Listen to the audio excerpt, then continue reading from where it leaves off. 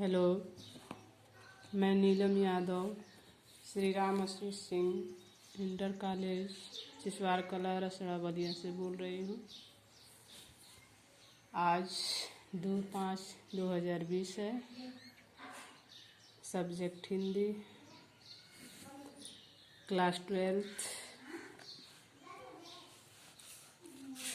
Chapter number 1 और 2 आपके syllabus में नहीं है। चैप्टर नंबर 3 आपको पढ़ना है। कहने का मतलब कि विषय सूची में आप लोग देख सकते हैं। विषय सूची में स्टार वाला जो चैप्टर दिया है, यानी चैप्टर में जो स्टार लगाया है वही चैप्टर हम लोग को पढ़ना है। उसी से हम लोगों का सिलेबस जुड़ा हुआ है। तो बेटा आप लोग हिंदी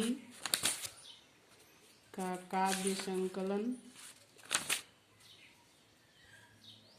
के चैप्टर नंबर 3, चूँकि 1 और 2 हम लोग को नहीं पढ़ना है, चैप्टर नंबर 3 को आज हम लोग शुरू करते हैं। चूँकि देखिए अयोध्या सिंह उपाध्याय हरिऔध जी का ये लिखा हुआ है, तो उनका इंट्रोडक्शन जीवन परिचय जो है आपके बुक में दिया हुआ है। इसको आप लोग घर में पढ़ेंगे, क्योंकि ये पढ़ाना बहुत ज़्यादा उचित नहीं है। इसको आप लोग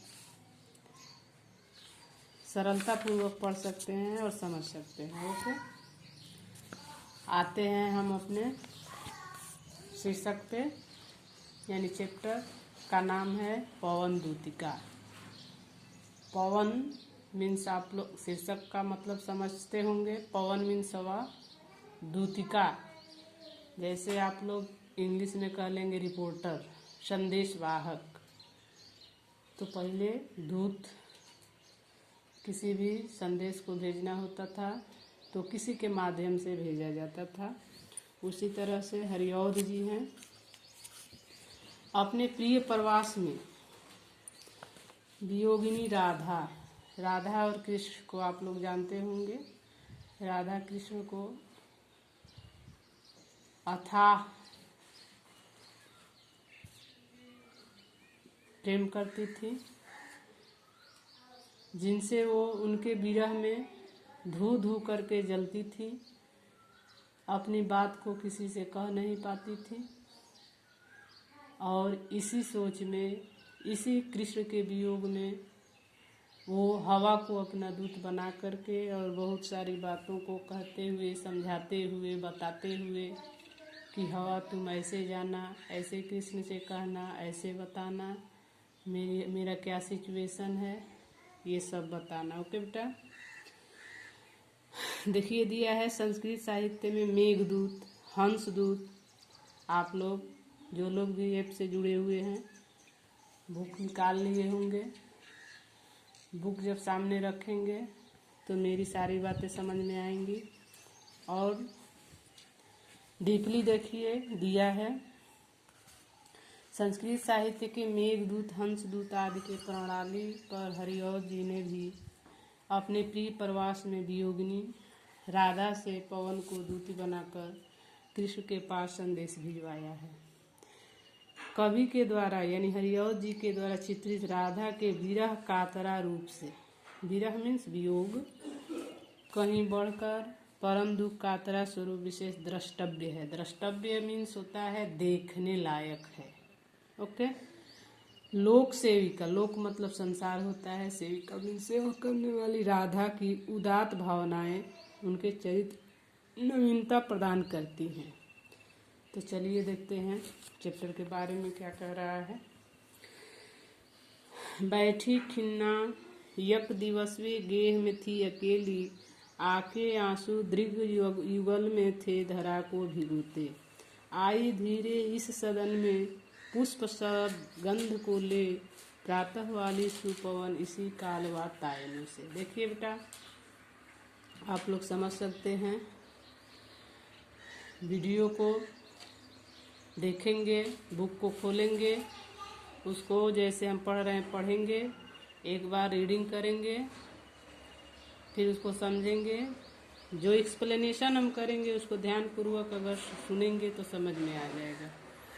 ठीक है, तो एक बार हम लोग ने रीडिंग कर लिया। कह रहा है हरिओ जी कह रहे हैं कि राधा जी बैठी खिन्ना, खिन्ना मीन्स दुखित, यक मीन्स एक, दिवस मीन्स दिन, वे गेह में, वे यानी राधा, गेह, गेह मीन्स घर में, महल में, गेह मीन्स अपना घर या महल होता है। थी अकेली, एक दिन अपने घर में राधा अकेली थी। आके आंसू दृग युगल में थे धरा को भिगोते। वो कृष्ण के बारे में सोच रही थी तो उनके आंसू दृग युगल, दृग मीन्स आंखों, युगल मीन्स जोड़ा, यानी आंख एक नहीं होती है दो, यानी दोनों आंखों में थे धरा को भिगोते। आंसू आंख में होते हैं, यानी कह रहे हैं हरिओ जी कि एक दिन राधा जब अपने घर में अकेली बैठी हुई थी तो ऑटोमेटिक स्वयं ही उनके आंखों से आंसू ऐसे गिर रहे थे, इतना गिर रहे थे कि जमीन, धरा मीन्स जमीन को भिगो रहे थे। जहाँ राधा जी बैठी थी वहाँ की जमीन उनके आंसू से क्या हो गए थे, पूर्ण रूप से भीग गए थे। आई धीरे इस सदन में पुष्प सदगंध को ले। तब तक आप लोग खिड़की देखे होंगे, सदन मीन्स घर होता है। कह रहा है कि उसी घर में, जिस वो घर में रूम में बैठी हुई थी, तो धीरे से आई, धीरे इस सदन में, उसी सदन में जिस सदन में राधा बैठी थी, पुष्प सदगंध को ले, हवा, सदगंध यानी सुगंध को ले करके, मान लीजिए कि कहीं दूर पे कोई भी फूल है तो वहाँ से हमारे यहाँ उसका स्मेल कैसे आता है, तो हवा के माध्यम से आता है। तो वही हवा सुगंध को ले करके और उनके महल में धीरे से आती है।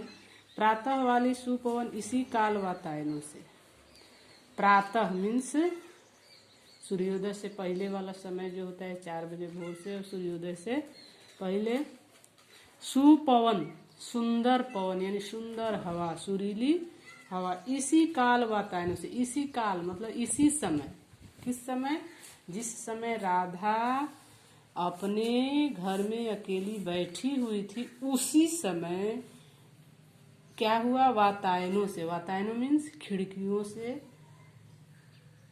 सुंदर सुरीली हवा सुगंध को लेकर के और प्रवेश कर जाती है। ओके बेटा, फिर से एक बार देखते हैं। कह रहे हैं हरिओ जी की बैठी खिन्ना एक दिवस वे गेह में थी अकेली। एक दिन राधा जी अपने घर में अकेली बैठी हुई थी तो उनके दोनों आंखों में आंसू इस प्रकार से गिर रहे थे, जिस, या यूँ कह लीजिए उनके दोनों आंखों से आंसू इतना गिर रहे थे कि वहाँ की जमीन क्या हो गई थी, पूर्ण रूप से भीग गई थी। आई थी तब उसी समय क्या हुआ, उसी सदन में, जिस घर में, सदन मीन्स महल या घर, जिस घर में वो बैठी थी, उसी समय प्रातः वाली यानी भोर वाली, प्रातः काल वाली सुरीली हवा, सुपौन मीन्स सुरीली हवा, उसी समय खिड़कियों से उनके घर में क्या कर गई, प्रवेश कर गई। ठीक है, उसके बाद आगे देखते हैं पोएम सेकंड। ओके, ये समझ में आ गया होगा, पढ़िए, समझिए, नहीं समझ में आता है फिर से पूछिए। ओके।